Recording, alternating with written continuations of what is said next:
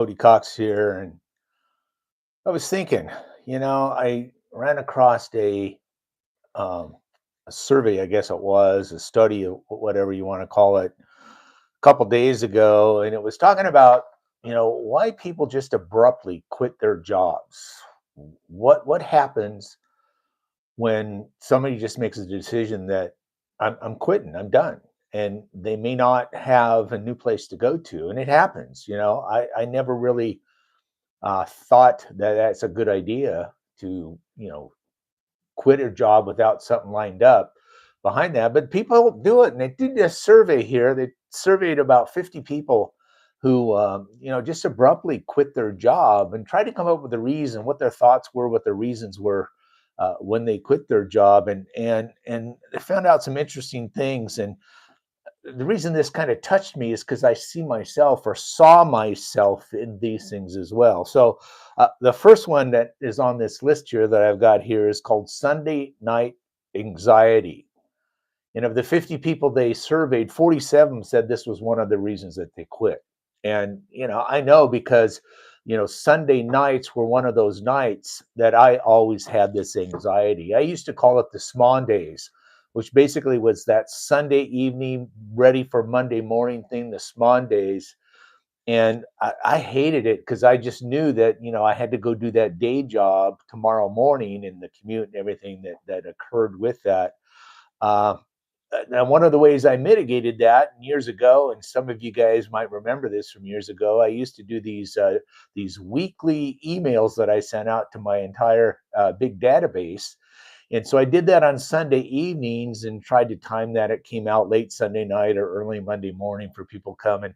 And that was one way that alleviated it for me, but it never really did fully fulfill that. There's some good stuff there, and I've thought about maybe bringing some of those back on, changing them, adjusting them, editing, whatever. But that's the way I did it. But that's one of the reasons why these people quit. Sunday night was just too hard on them. The second bullet point here is asking permission to live their lives. And, that's one thing when you work for somebody, when you have that W-2 day job, for you to take some time off, basically you had to ask permission. And that was always hard. You had to, schedule a time off or a vacation. And I know there's always those opportunities, especially when you're in a church community like I am, that there's things that you wanted to do to serve, but you always had to ask your employer to do that. And that's one of the things that I've been able to eliminate. As I talked about before, I actually retired from my full-time day job at the end of October of last year. And that gives me that freedom and flexibility to do the things that I want to do when I want to do those, so I can fulfill what I'm really called and supposed to do. The third bullet point here is meetings about nothing. And I, when I worked for state government, as you know, for the last 14 years prior to my retirement of the day job, and we had meetings about the next meeting, and they never really accomplished anything. And I know people always complained about not being able to do their work during the course of a day because they were stuck in meetings. And I kind of had this thing where I didn't like meetings. Again, I was a senior manager. I led a group of people. We offered a home loan program for the state of Oregon veterans, where I oversaw originations and loan servicing. And I didn't have a lot of meetings. I would say that probably during the 12 years that I managed that department, we had less than 25 meetings during that entire time. I always thought if a meeting was important enough, and they are important, there's times you have to get together, but you need to have some sort of, this is kind of funny, but some sort of food or donuts or something to eat on the meeting. If what you're trying to convey can be conveyed with an email or maybe something on a Teams call or something like that, that's the preferential way to go. But they have to have substance. And just to go over things that happened last month, kind of a recap, not always that important. But looking forward is the things that I would have meetings for, things that were pending coming down the road in anticipation and what we need to expect. But it raises anxiety in people, or gets them frustrated because there's in meetings that talk about other meetings that really don't amount to anything. The next bullet point here is pretending to care about, in this second quarter targets. So here we are, right smack down in the middle of first quarter 2026. And I know there are companies out there having meetings and talking about what second quarter 2026 is all about. We're not even done with first quarter yet. We're already looking forward to second quarter. And, I just kind of hated those, because let me just do what I'm supposed to be doing right now. Yeah, we're supposed to be forward thinking. You're supposed to be looking at what comes next, but how many meetings do we have to have for that? And how much should I care about that right now, especially when I'm not through the quarter that I'm dealing with right now? And then the next bullet point here is the soul crushing commute.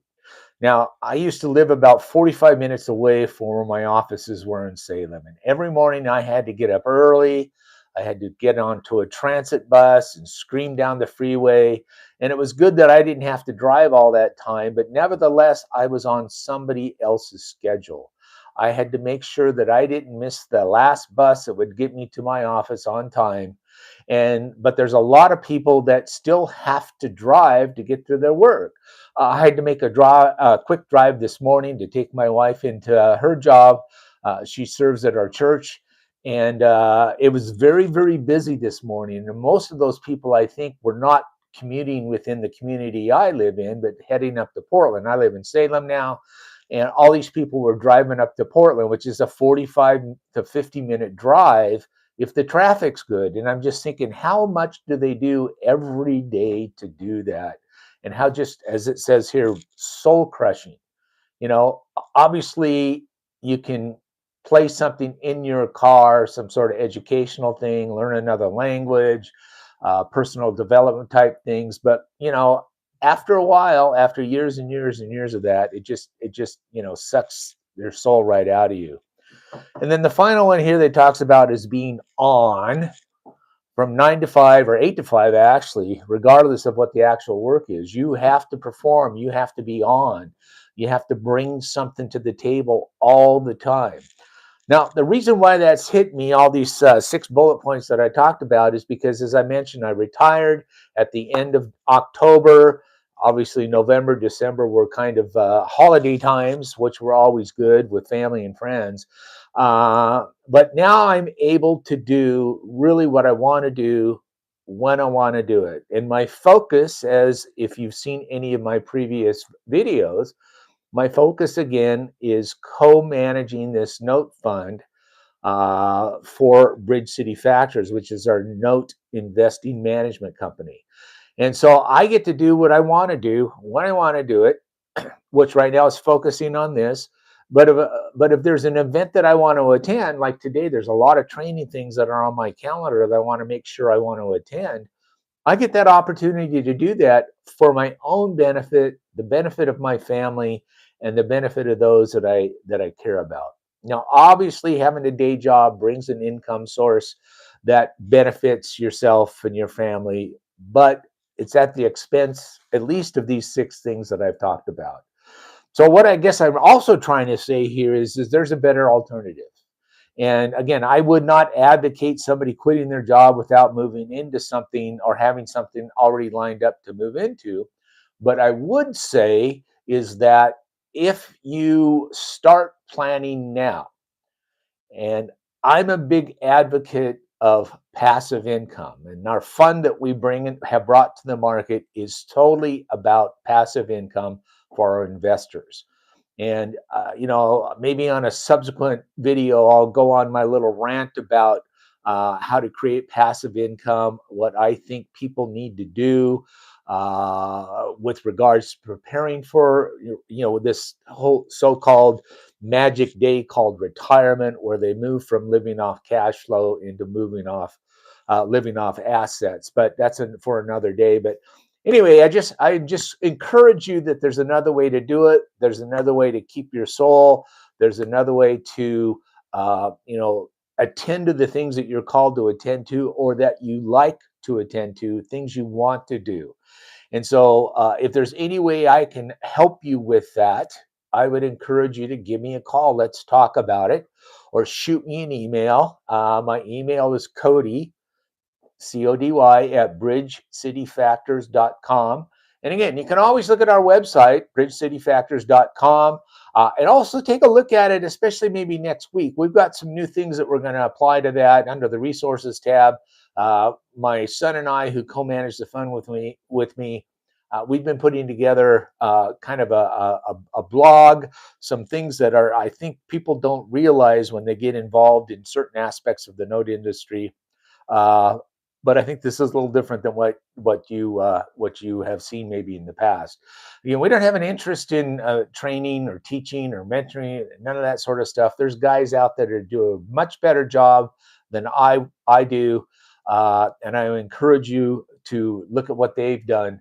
But again, our situation is providing an opportunity for accredited investors to deploy some undeployed capital with some people that know what they're doing. So anyway, again, Cody Cox here with Bridge City Factors. These are the kind of things that happen when I get thinking. So anyway, thanks a lot for listening. And again, happy investing.